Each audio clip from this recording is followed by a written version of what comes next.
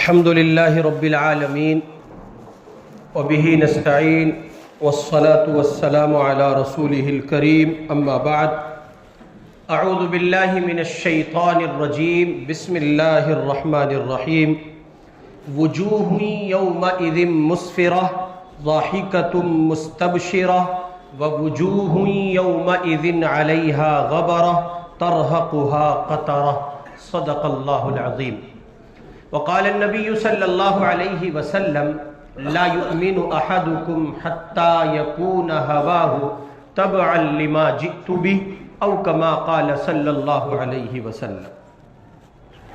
آج کی ہماری گفتگو کا عنوان ہے مسکراہٹ ایک عظیم نیکی۔ ابھی جو گفتگو آپ کے گوش گزار کی جائے گی، ابھی جو خطبہ آپ کی سماعتوں تک پہنچے گا، جو عنوان آپ کو سنایا جائے گا، اس عنوان کا نام ہے مسکراہٹ ایک عظیم نیکی۔ یہ ٹاپک ہے گویا انسانی زندگی کے لیے کسی بھی ماحول میں، ماحول خوشگوار ہو یا غمناک، ماحول حالات سے متاثر ہو یا خوشیوں بھرے لمحات، ماحول ایسا ہو جو آپ کی طبیعت کو راس نہ آ رہا ہو، یا ایسا ماحول ہو جو آپ کی طبیعت سے 100% متفق ہو، ایسی گھڑیاں آپ کو میسر ہیں کہ جن گھڑیوں میں آپ کھل کر مسکرا سکتے ہو، خوش رہ سکتے ہو، اور اسی کے ساتھ ساتھ یہ کہ اپنوں کے قریب رہ کر، اپنوں سے مل کر، جل کر، اور ان کے ساتھ ہم نشینی اختیار کرتے ہوئے دو چار محبت بھری باتیں کر سکتے ہو، یا ماحول اس کے اپوزٹ ہو، مخالف ہو، غمناکیوں، مشکلوں، مسائل، مصائب نے آپ کو گھیرا ہوا ہو۔ غرض یہ کہ زندگی کے کسی بھی موڑ پر اور زندگی کے کیسے ہی حالات میں مسکرانا کتنا ضروری ہے، اور مسکراہٹ سے آدمی کو کیسا لبریز رہنا چاہیے، اور مسکرانے کو اپنی زندگی میں کس درجے جگہ دینا چاہیے، پھر یہ کہ رسول پاک صلی اللہ علیہ وسلم کی شریعت میں اس ماحول میں جینے کی کس درجے جگہ ملتی ہے، حضور پاک کا عمل کیا تھا، سرکار دو عالم کے لبوں پر مسکراہٹ کتنی رہتی تھی اور کتنی نہیں رہتی تھی، آپ خوشیوں بھرے لمحات میں کیسا رہتے تھے، اور آپ غمناک صورتوں میں کیسے اپنے وقت کو بسر کرتے تھے، اس پر ہم انشاءاللہ العزیز گفتگو کریں گے۔ رسول پاک صلی اللہ علیہ وسلم کی عادات حسنہ، آپ کی عادات مبارکہ، عادات طیبہ، اخلاق حسنہ کا یہ پہلو آپ کی خدمت میں رکھیں گے، اور اس کو ہم نے نام دیا ہے مسکراہٹ ایک عظیم نیکی۔ یہ تمہید میں نے اس لیے آپ کی خدمت میں عرض کی ہے، یوں تو آپ پہلے سے گفتگو سننے کے لیے تیار ہو کر اپنی سماعتوں، اپنے ذہن اور قلب و دماغ کو پورے طور پر یکسو کر کے بیٹھتے ہیں، لیکن ضروری ہو جاتا ہے کہ آپ کو تمہید آپ کی خدمت میں پیش کر دی جائے، تاکہ عنوان کی مناسبت سے بات کے آپ تک پہنچنے میں یہ بات اور یہ عنوان اور اس کے ذریعے نکلنے والے الفاظ معاون ثابت ہو سکیں۔ واقعہ یوں ہے کہ مسکراہٹ زندگی کی علامت ہے، زندگی کو خوشگوار بنانے کے لیے ازحد ضروری ہے، خوش رہا جائے، خوشیوں بھرے ماحول میں خوشیوں کے ساتھ اپنی زندگی میں چاندنی بکھیرنے کی کوشش کی جائے۔ مسکراہٹ انسان کی ایک ایسی صفت ہے جو اس کو دوسری مخلوق سے ممتاز کرتی ہے۔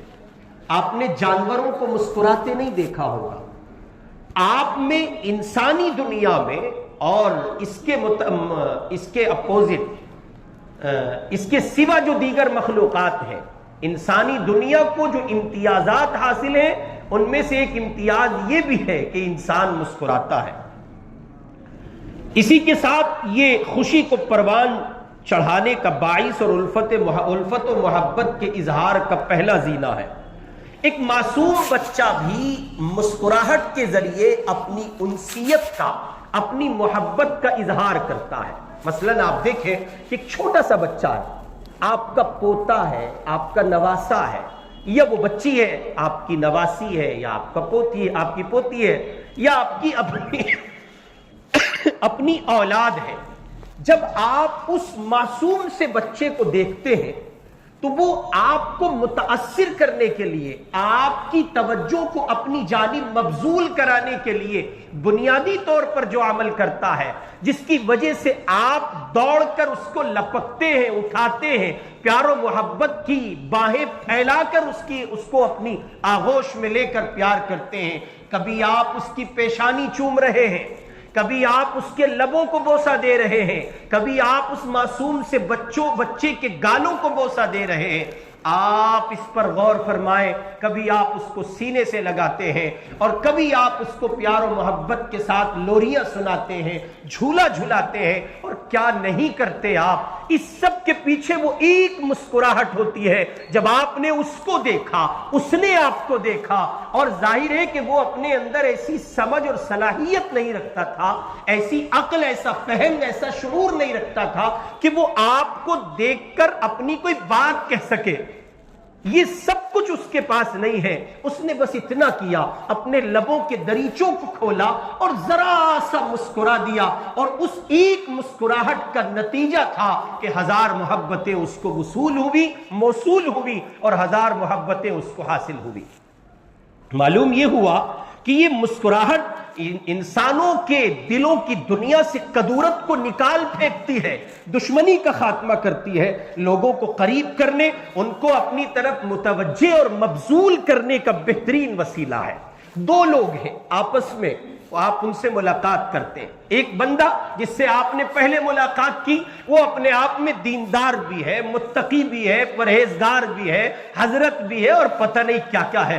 آج کل تو بیماری لگ گئی ہے لوگوں کو پتہ نہیں کیا کیا ہونے کی، تو وہ پتہ نہیں کیا کیا ہے۔ اس سے آپ ملے، جا کے آپ نے سلام کیا، وہ تسبیح بھی پڑھتا ہے، وظیفے بھی کھینچتا ہے، اور مسجد کے صف اول کا نمازی بھی ہے، لیکن رہتا ہے ذرا عجیب سے چہرے کے ساتھ، جس میں رنگت نہیں ہے، جس میں خوبصورتی نہیں ہے، مسکراہٹ نہیں ہے، پیار نہیں ہے، محبت نہیں ہے، چاہت نہیں ہے۔ آپ گئے، آپ نے جا کر کے ملاقات کی، السلام علیکم ورحمت اللہ، اور اس نے اپنے تقوی کی دنیا میں بہتے ہوئے، آج کل لوگوں کو تقوی کا ہیضہ ہے، لوگ اس کو تقوی سمجھتے ہیں، سوجے ہوئے منہ کے ساتھ رہنا تقوی ہے، لوگ اس کو سمجھتے ہیں سب سے ہٹ کٹ جائیے یہ تقوی ہے، لوگ سمجھتے ہیں ہنس کے بات نہ کریں یہ تقوی ہے، یہ لقوہ ہے، یہ تقوی نہیں ہے، یہ بے وقوفی ہے، یہ جہالت ہے، یہ دین نہیں ہے، یہ بددینی ہے، یہ پاگل پن ہے، یہ شعور سے ہٹی ہوئی زندگی کا نام ہے۔ اگر آپ یہی سمجھنا چاہتے ہیں کہ تقوی کسے کہتے ہیں تو ہم یہ سمجھتے ہیں کہ محمد الرسول اللہ سے زیادہ بڑا متقی زمین پر کوئی دوسرا آ ہی نہیں سکتا۔ لیکن حضور کی عادت طیبہ اس سلسلے میں بالکل مختلف ہے۔ کوئی آپ سے ملا، آپ کی نگاہیں اس کی نگاہیں آپ کے چہرے انور پر پڑی، اور آپ نے اس کو دیکھا، اور آپ کے لبوں کے دریچے کھلے، اور محمد الرسول اللہ کے منہ سے آپ کے دونوں لبوں کے درمیان سے جو ایک مسکراہٹ پھوٹی ہے، نتیجے میں وہ آپ کا دیوانہ ہو گیا۔ سیدنا علی کہتے ہیں کہ حضور پاک کے چہرے پر ایسا رعب ہوتا تھا، مجال ہے کوئی آپ کو دیکھ سکے، لیکن اگر کوئی دیکھ لے پھر مجال ہے کہ وہ نظر ہٹا سکے، اس لیے کہ محمد کے چہرے کی مسکراہٹ ایسی جس کو ایک بار مل جائے وہ محمد کا دیوانہ ہو جائے صلی اللہ علیہ وسلم۔ تو بنیادی طور پر ایک بندہ ایسا، اس سے آپ نے ملاقات کی، اور آپ کی ذہن میں اس کا تصور، اس کا خاکہ اور اس کے تئیں آپ کی سنجیدگی یہ بتاتی تھی کہ آپ اسے دیندار سمجھتے ہی نہیں، گردانتے ہی نہیں، مانتے بھی ہیں۔ آپ نے کہا بڑا نیک آدمی ہے، بڑا حضرت ہے، بس اتنے پر ہی تبصرہ رہنے دیجئے، اس سے آگے بات جاتی ہے تو کسی نہ کسی پہ فٹ ہو جاتی ہے۔ حضرت میں تو ہم بھی آتے ہیں تو ہم پہ ہی فٹ ہو جائے گی، مسئلہ نہیں ہے، لیکن حضرت سے آگے اگر ہم بڑھیں گے تو فٹ ہو جائے گی۔ فٹ ہوتے پھر لوگ کہتے ہیں دیکھو کر دیا کام، اتنی ہوشیار ہو رہی ہے امت، اتنے مائنڈڈ ہو رہے ہیں مقتدی، اللہ آپ کے فہم کو سلام۔ جہاں ذرا سی بات ذرا سی ٹریک سے ہٹتی ہے تو مقتدیوں کی نگاہیں بتاتی ہیں کر گئے کام، حالانکہ کام نہیں کرتے ہیں۔ سچ یہ ہے کہ یہاں بیٹھ کے کسی کو نشانہ بنا کے گفتگو نہیں کی جاتی ہے۔ بہرحال یہ کہ حضرت تک رہنے دیتے ہیں. آپ کے ذہن میں ایک تصور تھا, خاکہ تھا کہ بہت بڑے حضرت ہیں.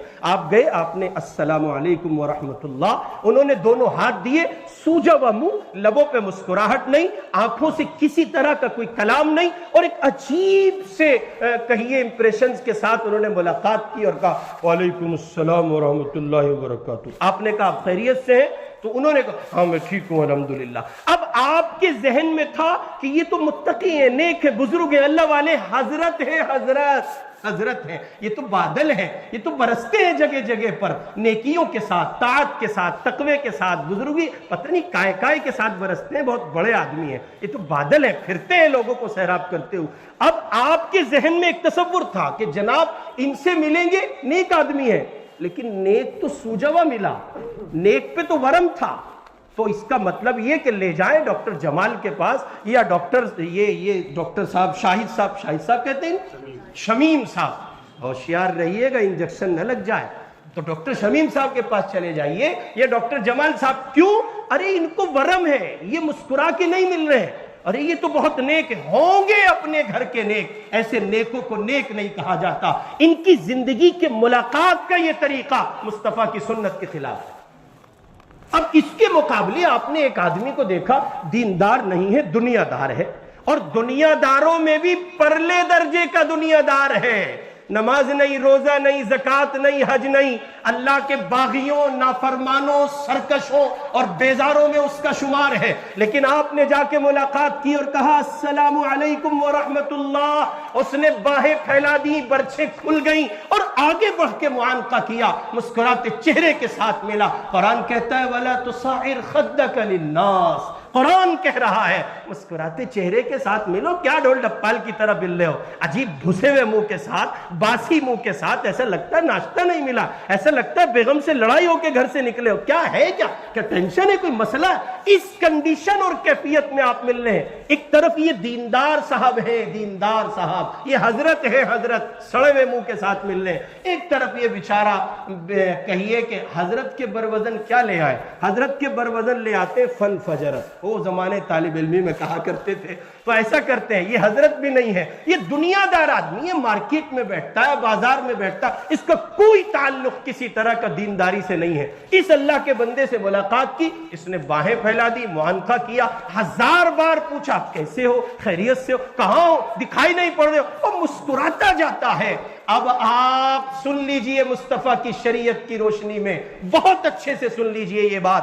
وہ جو دیندار گھسے ہوئے سڑے ہوئے ورم کے منہ کے ساتھ مل رہا تھا, اس کا ملنا خلاف سنت ہے, اور اس دنیا دار کا باہیں پھیلا کر مسکراتے چہرے کے ساتھ ملنا مطابق سنت ہے صلی اللہ علیہ وسلم. اور زندگی سنت کے مطابق نماز میں مطلوب نہیں ہے. صرف پتہ چلا حضرت نے نیت باندھی اللہ اکبر, جھکے ہوئے کھڑے, کمر تو سیدھی کر لو, کمر کیوں سیدھی نہیں کر رہے ہو؟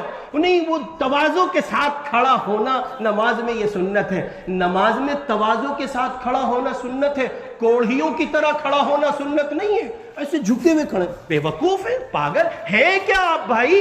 کون سا دین پیش کر رہے ہو؟ اب آ جاتا ہے رکوع کا نمبر, تو رکوع میں بھی آج کل ایک نیا ٹیلنٹ چلا ہے صاحب, اس کو لوگ تواضع کا نام دیتے ہیں, ہم اس کو پاگل پن کا نام دیتے. یہ پاگل پن ہے, اس لیے کہ مطابق سنت نہیں ہے. وہ پنڈلیوں کو سیدھا کرنے کے چکر میں اس کا آپ کو سوچ رہا تھا کہ دکھاؤں, کسی موقع پہ دکھاؤں گا, جانے دیجئے فی الوقت. وہ ایسے یہاں سے گھٹنے پکڑتے ہیں اور پنڈلیوں کو بالکل سیدھا کر لیتے ہیں, اسٹریٹ کر لیتے ہیں, کھڑا کر لیتے ہیں, اور بالکل ایسے ہو جاتے ہیں جیسے یہ چاچا ہے, مریض ہے. اچھے بھلے نوجوانوں کو دیکھتا ہوں اس طرح رکوع کرتے ہوئے.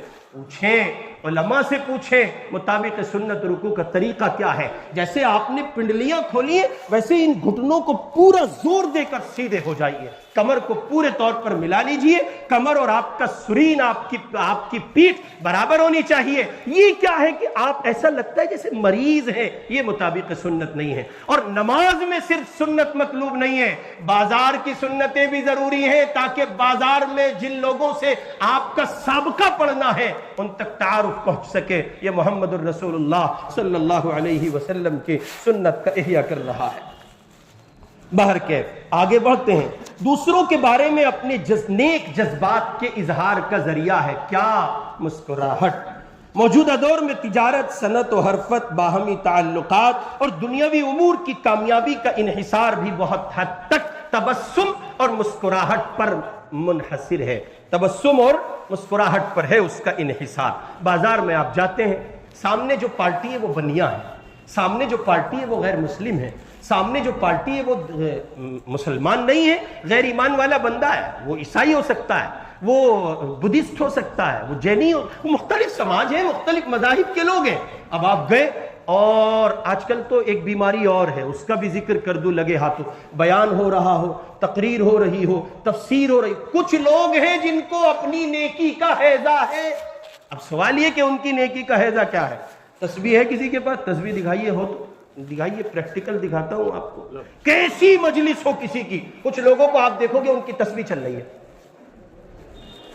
کیا ہے یہ ہے کیا؟ جب آپ مجلس میں کہیں بیٹھے ہیں پھر تسبیح پڑھنے کے کیا معنی؟ جب آپ کسی کی گفتگو سن رہے ہیں، درس قرآن میں ہے، تفسیر، پھر تسبیح پڑھنے کے کیا معنی؟ جب آپ کسی سے ہم کلام ہیں، بات کر رہے ہیں، تسبیح پڑھنے کے کیا معنی؟ اس لیے کہ آپ کے تسبیح پڑھنے سے اس کے درس قرآن میں خلل ہوگا، آپ کے تسبیح پڑھنے سے آپ کے درس قرآن میں خلل ہوگا. آپ کو کیا پلے پڑ رہا ہے؟ آپ سمجھ رہے ہیں آپ ذاکر ہیں، آپ بے وقوف ہیں، آپ ذاکر سمجھ رہے ہیں خود کو، آپ بے وقوف ہیں بابا. آپ کو مجلس کے ادب کا نہیں پتا ہے. یکسو ہو جائیے، متوجہ ہو جائیے، انہماک کے ساتھ بات سنیے، اس کو پوری توجہ دیجیے اور اس کی پوری توجہ لیجیے. یہی مسئلہ، یہی مسئلہ کسی سے ملاقات کے موقع کا ہے. غیر مسلم ہے، مسلمانوں کو تو چھوڑ دو، وہ صبر کر لے گا کہ یہ دیندار آدمی معلوم ہوتے، اللہ کا نام لے رہے ہو، وہ صبر کر جائے گا. اس غیر مسلم کو نہیں معلوم ہے ذکر کسے کہتے ہیں. آپ گئے اس کی دکان پہ کھڑے ہوئے، اس سے بات کر رہے، اور کتنے روپے کا پیس ہے یہ؟ اس نے بتایا یہ پیس اتنے پیسے کا آئے گا. اتنی دیر میں جو چپی کا موقع رہا ہے، خاموشی کا موقع رہا ہے، آپ لگ گئے. کیا ہوا؟ بخار ہے دماغ میں، دوا لے لو چاچا، علاج کو چلے جاؤ. کر کیا رہے ہو؟ یہ کون سا دین پیش کر رہے ہو؟ جتنی دیر آپ اس سے ہم کلام ہیں، اس کی جانب متوجہ رہے، الا یہ کہ کوئی لایانی سلسلہ شروع ہو جائے، الگ بات ہے.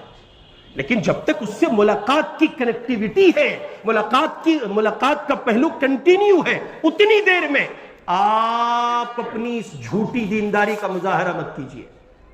گھر میں بیٹھ کے پڑھا کرو نا، بیگم کے ساتھ پڑھا کرو، وہ بتائے گی، وہاں بیٹھ کے پڑھا کرو.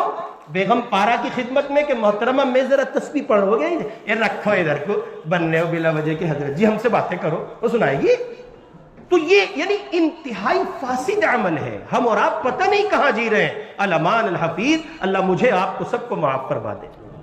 جب ہم کسی مسلمان سے یا کسی غیر مسلم سے مل رہے، رسول پاک کی سنت یہ کہ پورے طور پر آپ اس کے ساتھ متوجہ ہو. آج کل بیماری ہے، آپ میں بھی ہے، مجھ میں بھی ہے، عامتاً امت اس کا شکار ہے. کسی نے ملاقات کی، 2 4 10 5 لوگ اکٹھے ہو گئے تو ایک ہاتھ تھما دیا.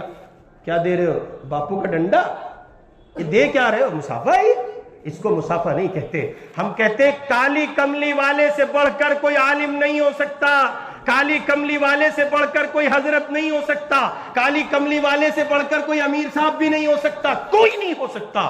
ساری دنیا کے سب سے بڑے دیندار محمد الرسول اللہ صلی اللہ علیہ وسلم ہے. چھوٹا ملے بڑا، امیر ملے غریب، کمزور ملے طاقتور، حضور پاک کی خدمت میں آیا، سلام کیا، اللہ کے نبی پورے طور پر متوجہ ہو گئے. اس نے کہا السلام علیکم ورحمت اللہ. حضور نے اپنے ہاتھ اس کے ہاتھوں میں دیے، اور قربان جائیے مصطفیٰ کے قدموں کی خاک پر، جب تک اس نے اپنے ہاتھوں کو چھڑا نہ لیا، محمد الرسول اللہ نے اپنے ہاتھوں کو اس کے ہاتھوں میں سے واپس نہیں کھینچا.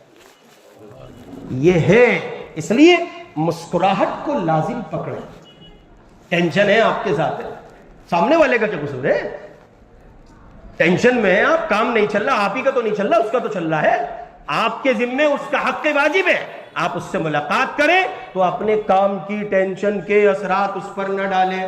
بھائی دیکھو مجھے مت چھیڑنا، میں آج بہت ٹینشن میں. تو گھر سے نکلے کیوں؟ سماج میں آئے کیوں؟ لوگوں میں بیٹھ کیوں رہے ہو؟ عجیب سوجے ہوئے منہ کے ساتھ گھوم رہے ہو. بھائی کیا ہے یہ؟ مسکراہٹ کو لازم پکڑیے. آپ کا بڑکپن اس میں ہے کہ لوگ آپ سے ملے تو پھر ملنے کی خواہش کریں. اس میں بڑکپن نہیں ہے کہ آپ اسٹریٹ آئیں اور اسٹریٹ چلے جائیں، نہ دائیں نہ بائیں، نہ آگے نہ پیچھے. لوگ کہے پتہ نہیں کہاں کا یار، کیا اسے بھائی کیا گمان ہے اسے، چھوٹوں سے نہیں ملتے ہو، سلام نہیں کرتے ہو، بڑوں کی تعظیم نہیں کرتے ہو، کتنے بڑے ہو گئے ہو؟ محمد الرسول اللہ بڑوں کے بڑے ہیں۔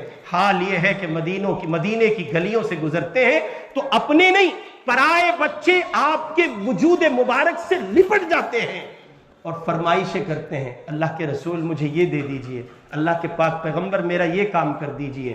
بڑائی بننے کا شوق ہے تو ایسا بنیے جیسا محمد الرسول اللہ کی تعلیم کہتی ہے۔ ماہرین صحت کہتے ہیں، ڈاکٹر کہتے ہیں، ڈاکٹروں کی لاٹری لگی ہوئی ہے آج کل، بیماری خوب چل رہی ہے۔ ماہرین صحت کہتے ہیں ہنسنا ہماری صحت کے لیے اتنا ہی مفید ہے جتنا ورزش کرنا یا صحت مند غذا کھانا مفید ہوتا ہے۔ طبی اعتبار سے اس کے بہت سے فائدے ہیں، مثلا مسکراہٹ تناؤ کو کم کر کے دل کو سکون پہنچاتی ہے۔ اب مسکراہٹ کا مطلب یہ بھی نہیں ہے 24 گھنٹے مسکرا ہی رہے، بعض لوگ آپ کو ایسے ملیں گے وہ بس مسکرانے ہی کو ترجیح دیتے ہیں، یعنی اعتدال شریعت میں مطلوب ہے۔ بالکل سوجے ہوئے منہ کے ساتھ بھی نہیں ہونا اور بالکل ایسا بھی نہیں ہونا کہ آپ پڑوسی ملک پاکستان کے عمر شریف ہو جائیں، ایسا بھی نہیں ہونا کہ صاحب مسکراہٹ ہی کو ترجیح دے، بس ہنس رہے ہنسارے نہیں۔ کسی کو ہنسانے کے لیے جھوٹ بولنا، جھوٹے چمولے گھڑنا، جھوٹے واقعات گھڑنا، جھوٹی باتیں کہنا، یہ اپنی آخرت کو تباہ کرنے کے مترادف ہوگا۔ ہاں، موقع کی مناسبت سے جہاں ہنسی مطلوب ہے، مسکراہٹ مطلوب ہے، وہاں مسکرانا آپ کے لیے ضروری ہے اور مسنون درجہ رکھتا ہے، اس لیے کہ اس سے انسانی زندگی میں فاصلے کم ہوتے ہیں اور فاصلوں کے مٹنے پر پیار و محبت کی دنیا آباد ہوتی ہے۔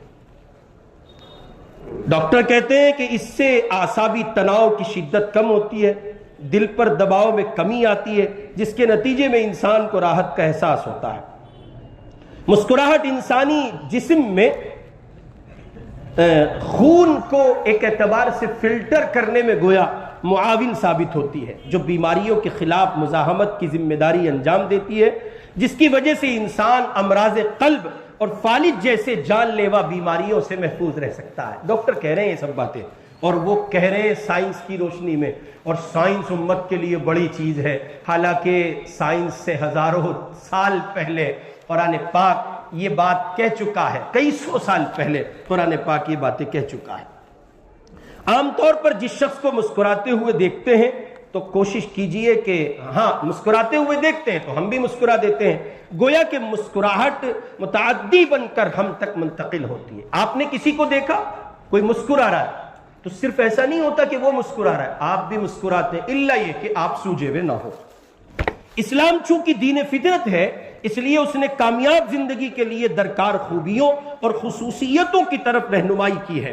قیامت کے دن حشر کے میدان میں جب سارے لوگ جمع ہوں گے تو ان کی دو قسمیں کی جائیں گی، ایک ان بد نصیبوں کی جن کے چہروں پر افسردگی شرمندگی چھائی ہوگی، اللہ ہم سب کی ان میں سے شامل ہونے سے حفاظت فرمائے، ان میں سے ہونے سے۔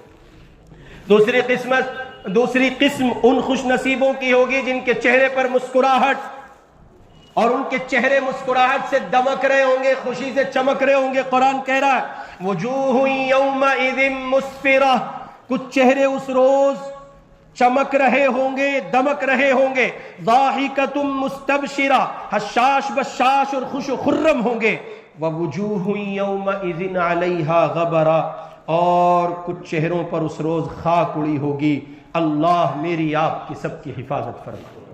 اس کا مطلب یہ ہے کہ مسکراہٹ جنتی لوگوں کی علامت ہے۔ اس کا مطلب یہ ہے کہ اس صفت سے متصف ہونا اہل جنت کی صفات سے متصف ہونا ہے۔ اس لیے میرے بھائی اس عمل کو اپنی زندگی میں اس درجے جگہ دیں کہ اپنی ذاتی زندگی سے لے کر انفرادی زندگی سے لے کر اجتماعی زندگی کا تک جب جہاں آپ کو موقع میسر آئے، آپ کو کسی سے ملاقات کا، باہم گفت و شنید کا، باہم تکلم کا، تو اس بات کی کوشش کیجئے کہ آپ مسکراتے چہرے کے ساتھ میں۔ بالخصوص اس کی ضرورت پڑتی ہے گھر میں، شریک سفر کے ساتھ، لائف پارٹنر کے ساتھ۔ حضرت بن کے مت جائیے گھر میں، حضرت نہ بنے۔ حضرت تو بس مسجد میں رہ لو، مدرسے میں رہ لو، خانقاہ میں رہ لو، مریدین میں رہ لو، اپنے شاگردوں میں، اسٹوڈنٹس میں رہ لو۔ گھر میں ماں بیٹا چاہتی ہے، میں کبھی کبھی وہ جملے آپ کی خدمت میں عرض کر رہا ہوں، میرے نوجوان دوست بیٹھے ہیں بڑے سیریس رہتے ہیں، حضرت بس میری زندگی تو ایسی ہے، میں بالکل بھی ٹس سے مس نہیں ہوتا، میں تو سیریس رہتا ہوں۔ اتنا سیریس ہونا ذرا سا علاج کی ضرورت محسوس کرتا ہے، اور دیکھنا پڑے گا کہ آپ کو دوا کی ضرورت۔ اتنے سیریس ہونا کس نے بتایا؟ رسول پاک کی سنت کے خلاف ہے۔ جب مسکراہٹ کا موقع ہو، جب ہنسی تقسیم کرنے اور خوشی بانٹنے کا موقع ہو، تب بھی آپ سیریس ہو جائیں تو پھر یہ حضور کی زندگی سے ہٹ جائے گا پہلو، اور یہ اعتدال سے ہٹی ہوئی بات ہوگی، اور شریعت میں اعتدال مطلوب ہے۔ بعض لوگوں کو امت کا غم کھا جاتا ہے، روٹی پوری کھائیں گے امت کا غم کھا رہا ہے، پھولتے جا رہے ہیں امت کا غم کھا رہا ہے، پیٹ بڑھ رہا ہے امت کا غم کھا رہا ہے، گردن اتنی موٹی ہو گئی امت، ارے تمہیں جسم میں تو امت کا غم نہیں کھا رہا، ویسے امت کا غم کھا رہا ہے، کون سی زندگی جی رہے ہو؟ اعتدال سے ہٹی ہوئی رہا۔ امت کا غم اگر کھا رہا ہے تو رات کی سردی کی لمبی راتوں میں آخری پہر کے 1.5-2 گھنٹے رب کے حضور گزارے، اسے امت کا غم کھانا کہتے ہیں۔ سوجے ہوئے چہرے کے ساتھ، چہرہ نہ کہیے اس کو حضرت، چہرہ کیوں کہتے ہیں؟ سوجے ہوئے تھوپڑے کے ساتھ معاشرے میں گھومنا، اس کا نام امت کا غم کھانا تھوڑا ہی ہوا؟ آپ سیریس گھوم رہے، بچوں سے نہیں بولتے، بچے آ رہے ہیں پاس میں، جیسے ہمارے بعضے لوگوں کو ہوتا ہے کہ ان کے بچے ان سے ملتے ہیں، السلام علیکم حضرت ہمارے ابا بہت سیریس ہے۔ بھائی راون ہے کیا ابا؟ ابا ہے راون ہے کیا ابا؟ ایسا تو ابا نہیں ہونا چاہیے۔ کیا تیرا ابا مصطفیٰ سے بڑھ کر ہوا؟ مصطفیٰ سے بہتر باپ زمین پر نہیں آیا۔ اور کیسے تھے مصطفیٰ صلی اللہ علیہ وسلم؟ سیدہ فاطمہ کے گھر جاتے ہیں، آپ کی بیٹی ہیں، آپ کے گھر جاتے ہیں اور جا کر کے بیٹی کے کاموں میں ہاتھ بٹانے کی کوشش کرتے ہیں۔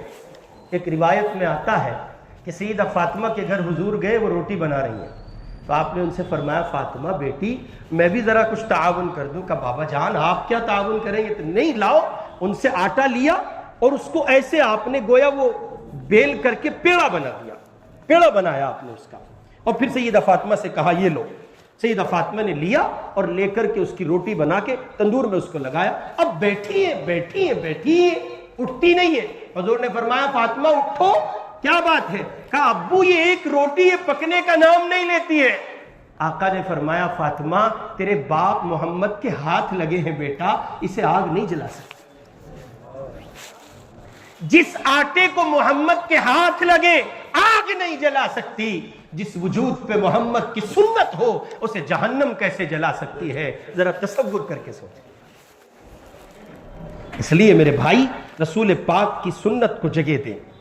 گھر میں جا رہے ہیں، میں بہت قیمتی جملہ عرض کرنے لگا ہوں، اس کو لکھ لیجئے، نوٹ کیجئے۔ آج کل لوگوں کو اپنی انسٹاگرام کے لیے مواد چاہیے ہوتا ہے، کچھ چاہیے ہوتا ہے انسٹا آئی ڈی پہ بھیجنے کے لیے۔ آپ کو ایک بہت شاندار لائن دے رہا ہوں، سن لیجئے۔ کیا گھر میں عہدوں، منصبوں، ڈگریوں کے ساتھ نہ جائیے، گھر میں رشتوں کے ساتھ جائیے، گھر میں رشتوں کے ساتھ جائیے۔ آپ کے والدین ایک بیٹا تلاش کر رہے ہیں، گھر میں بیٹا آئے گا، بہنوں کو بھائی چاہیے، بیوی کو شوہر چاہیے، اولاد کو باپ چاہیے۔ گھر میں اگر امام صاحب جائیں گے تو ان کی کوئی جگہ نہیں، چونکہ وہ تو چاہیے ہی نہیں نا، نہیں چاہیے۔ اور جب امام صاحب کی ضرورت نہیں، پھر امیر صاحب کی بھی ضرورت نہیں ہے، چونکہ امام تو امیر سے تو بڑا ہی ہوتا ہے نا۔ اور پھر قاری صاحب کی بھی ضرورت نہیں ہے، اور پھر مفتی صاحب کی بھی ضرورت نہیں ہے، اور پھر انجینئر اور ڈاکٹر اور منسٹر اور لوئر اور کاؤنسلر اور ایم ایل اے اور ایم پی، ان سب سے کو دھکے کھاتے پھریں، ان کی تو ضرورت ہے ہی۔ مطلب یہ کہ منصب کی ضرورت نہیں ہے، عہدوں کی ضرورت نہیں ہے، گھر میں رشتوں کی ضرورت ہے۔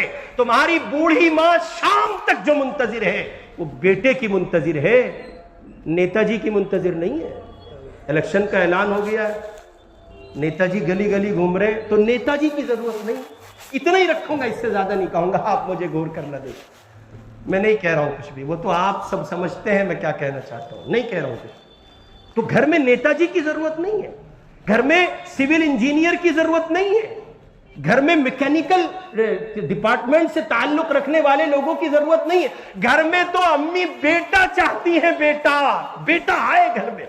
پتہ چلا گھر میں حضرت امام صاحب گئے، السلام علیکم ورحمۃ اللہ وبرکاتہ۔ امی نے کہا آ گئے بیٹا؟ حضرت نے کہا امی کس طرح بولتی ہیں آپ؟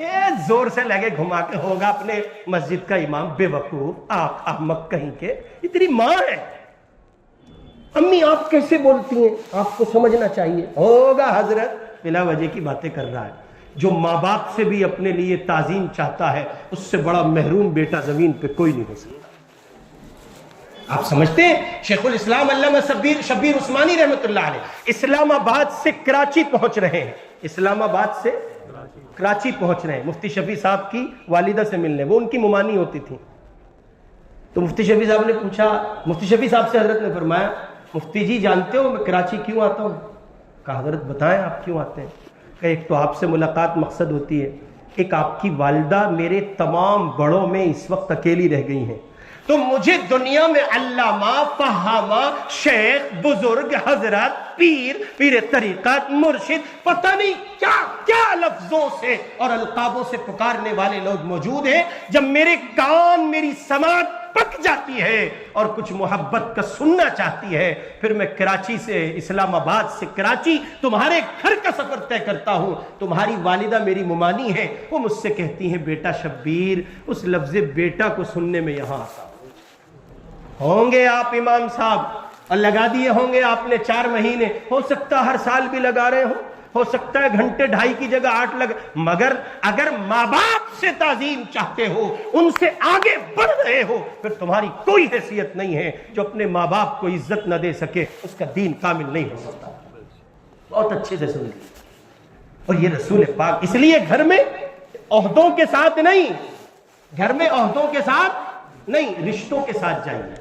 ماں باپ بیٹا چاہتے ہیں، بہنیں بھائی چاہتی ہیں. گھر میں گئے تو ہیں ایک صاحب جنٹل مین سے، پتہ نہیں کون تھے، گئے تو ہیں، جاتے بھی دکھے آتے بھی دکھے، سوٹ بوٹ تھا، ٹائی تھی، قلف کے کپڑے تھے، رومال تھا، عمامہ تھا، ٹوپی تھی، پگڑی تھی، پتہ نہیں کیا کیا تھا. گئے تو ہیں، آئے بھی ہیں، آتے بھی ہیں، جاتے بھی ہیں.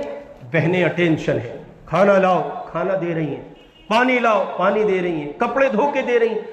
ایک لفظ ان بہنوں کو ان کی خدمت پر یہ سننے کو نہیں ملتا کہ بچیوں یہ بڑی ہیں تو باجی آپی کتنا اچھا کھانا بناتی ہیں. ارے ظالموں، ہوٹل میں بیٹھ کر ہزاروں روپیے ٹپس کے دے کر اپنے آپ کو شاہجہاں کی اولاد کہلانے والوں، دوسروں پر اپنی مالداری کا زوم اور بھرم رکھتے ہو، اور گھر میں ماں ہی کھانا بناتی ہیں، بہنیں کھانا بناتی ہیں. پھوٹے منہ سے ایک لفظ نہیں نکلتا ہے کہ ان بہنوں کو کہہ دو بہنوں کیا تمہاری عظمتوں کو سلام پیش کروں، کتنا اچھا کھانا بناتی ہو. مسئلہ کیا ہے؟ مسئلہ یہ کہ گھر میں بھائی آیا ہی نہیں.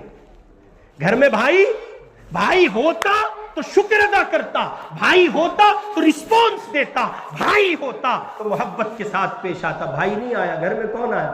حضرت آئے. کون آیا؟ اجی بولو نا، میں بہت موڈ میں ہوں آج. کون آیا بولو نا. حضرت آئے. گھر میں مطالبہ کر رہی ہے، بیوی تلاش کر رہی ہے. ارے کہاں رہ گئے میرے شوہر نامدار، میرا پارٹنر، میرے عزیز شوہر کہاں رہ گئے؟ دکھائی نہیں پڑ رہے. آیا تو ہے ایک آدمی گھر میں سوجے ہوئے منہ کے ساتھ، آیا تو ہے. السلام علیکم ورحمۃ اللہ. آئے کھانا لاؤ. ہاں کھانا تو آئے گا بھائی، ظاہر بات ہے کھانا نہیں آئے گا. اے عبداللہ ہاتھ دھلاؤ. ہاتھ دھلا دے گا، ہاتھ بھی دھلائے گا، بچہ ہے، مسئلہ نہیں ہے. یہ اس میں نمک تیز کیوں ہو گیا؟ ارے ہم کھانا کسی کھلا رہے، لگتا ہے کوئی اجنبی ہمارے شوہر کی شکل میں گھر میں آ گیا. یہ ہے کون؟ بگاؤ. شوہر ایسا نہیں ہوتا، ایسا نہیں ہوتا. شوہر محمد الرسول اللہ کی بیوی ہیں، میری آپ کی ماں ہے، سیدہ عائشہ ہے. کسی نے پوچھا باہر کی زندگی تو ہم جانتے ہیں، گھر کی زندگی بتاؤ. قربان جائیے، اماں عائشہ کہتی ہیں جب گھر میں آ جاتے ہیں تو گھر والوں پہ بوجھ نہیں ہوتے. یہ حضور کی زندگی کا ایک وہ مجمل خاکہ ہے جو بڑی تفصیل اپنے اندر خود رکھتا ہے. کیا کہتی ہیں جب گھر میں آ جاتے ہیں تو پھر بوجھ نہیں ہوتے. اس کا مطلب یہ کہ اپنے کام خود نپٹاتے ہیں، گھر والوں پر آپ کا وجود مبارک بوجھ نہیں ہوتا. آگے بڑھیں. اسی کے ساتھ ساتھ گھر میں بیٹے چاہیے ہوتے ہیں، باپ چاہیے ہوتا ہے. باپ کا عنوان رہ گیا، باپ چاہیے ہوتا ہے. بچے منتظر ہیں، ابو آئیں گے، ابو آئیں گے، ابو کے آنے کا ٹائم ہو گیا. مست ہو رہی ہے دنیا گھر کی، بچے خوشی سے تل ملا رہے ہیں، جھول رہے ہیں، جھوم رہے ہیں. اور گھر میں آیا تو ہے کوئی آدمی سوجے ہوئے منہ کے ساتھ. گھر میں داخل ہوا، عجیب چہرہ تھا، عجیب خوف تھا اس چہرے پر، عجیب ایک قسم کی وحشت طاری تھی. گھر میں کوئی آدمی داخل ہوا، اندر بیڈ روم میں چلا گیا، جا کے لیٹ گیا. بچے منتظر ہیں، عبداللہ کون آیا؟ کوئی نیا آدمی گھر میں آیا، بھائی آج کل کیا رہا ہے مسئلہ؟ ابو تو ایسے نہیں ہوتے، ابو ایسے نہیں ہوتے۔ ابو کیسے ہوتے؟ ابو گھر میں داخل ہوئے، بیگ پھینکا، ہزار الجھنیں تھیں، اٹھا کے سب کو دروازے کے باہر پھینک دیا۔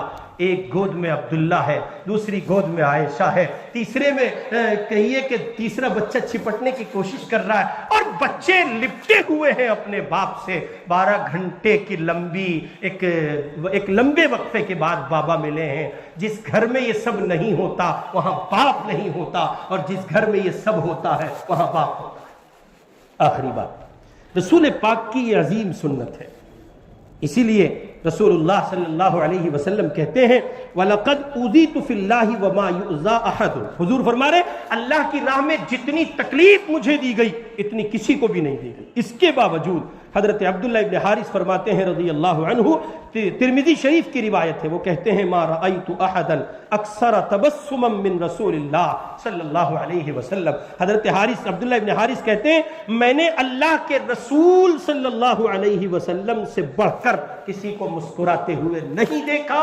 اس کا مطلب یہ کہ حضور پاک حشاش بشاش مسکراتے چہرے کے ساتھ رہتے تھے، جو آپ سے ملتا تھا وہ بس آپ کا ہو جاتا تھا۔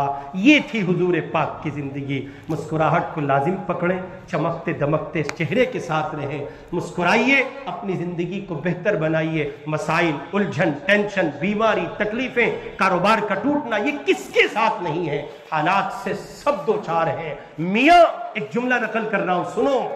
اسرائیل کی 1000 بمباریوں پر فلسطین کے معصوم بچوں کی مسکراہٹ یہ بتاتی ہے ظالم تیرے ظلم کم پڑ جائیں گے، ہماری مسکراہٹ میں کوئی کمی نہیں آئے گی، ہمیں یہ دیکھنا ہے کہ تو ظالم کہاں تک ہے۔